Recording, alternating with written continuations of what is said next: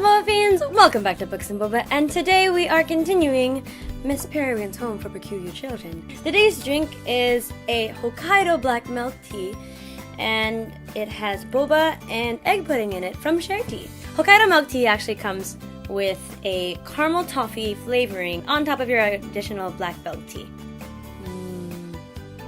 Creamy. Yep. Well, here we go! Once it became clear I wasn't about to suffer a mouth-frothing freak-out, we got down to business. Armed with garbage bags, we proceeded grimly through the house, emptying shelves and cabinets and crawl spaces, discovering geometries of dust beneath objects unmoved for years. We built pyramids of things that could be saved or salvaged, and pyramids of things destined for the dumpster. My aunt and father were not sentimental people, and the dumpster pile was always the largest.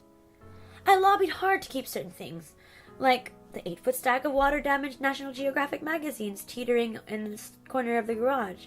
How many afternoons had I spent poring over them, imagining myself among the mud men of New Guinea, or discovering a cliff-top castle in the kingdom of Bhutan? But I was always overruled.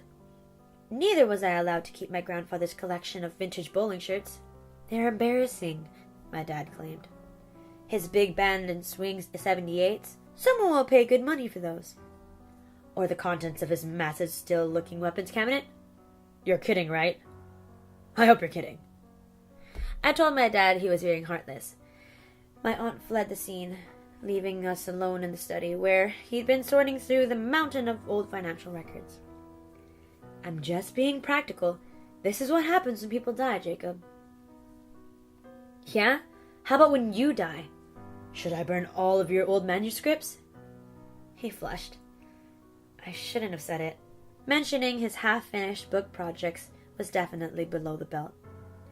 Instead of yelling at me, though, he was quiet. I brought you along today because I thought that you were mature enough to handle it. I guess I was wrong. You are wrong. You think getting rid of all of Grandpa's stuff will make me forget him, but it won't. He threw up his hands. You know what? I'm sick of fighting about it. Keep whatever you want. He tossed a sheaf of yellowed papers at my feet. Here's an itemized schedule of deductions from the year Kennedy was assassinated. Go have it framed. I kicked away the papers and walked out, slamming the door behind me, and then waited in the living room for him to come out and apologize. When I heard the shredder roar to life, I knew he wasn't going to, so I stomped across the house and looked in the bedroom.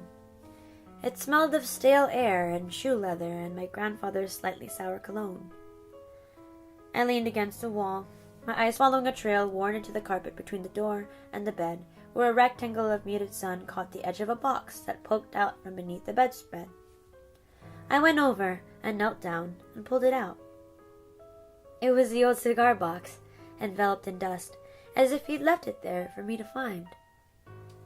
Inside were the photos I knew so well, the invisible boy, the levitating girl, the boulder lifter, the man with the face painted on the back of his head. They were brittle and peeling, smaller than I remember too.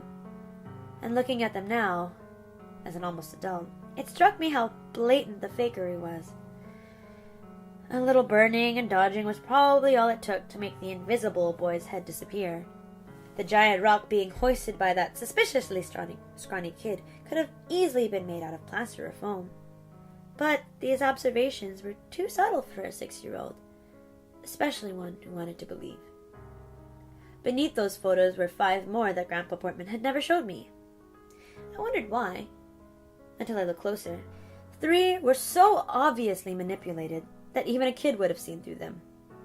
One was a laughable double exposure of a girl trapped in a bottle. Another showed a levitating child suspended by something hidden in the dark doorway behind her. The third was a dog with a boy's face pasted crudely onto it. As if these weren't bizarre enough, the last 2 were like something out of David Lynch's nightmares. One was an unhappy young contortionist doing a frightening backbend, and the other a pair of freakish twins were dressed in the weirdest costumes I'd ever seen. Even my grandfather, who'd filled my head with stories of tentacle-tongued monsters, had realized images like these would give any kid bad dreams. Kneeling there on my grandfather's dusty floor with these photos in my hands, I remembered how betrayed I had felt the day I realized his stories weren't true. Now the truth seemed obvious.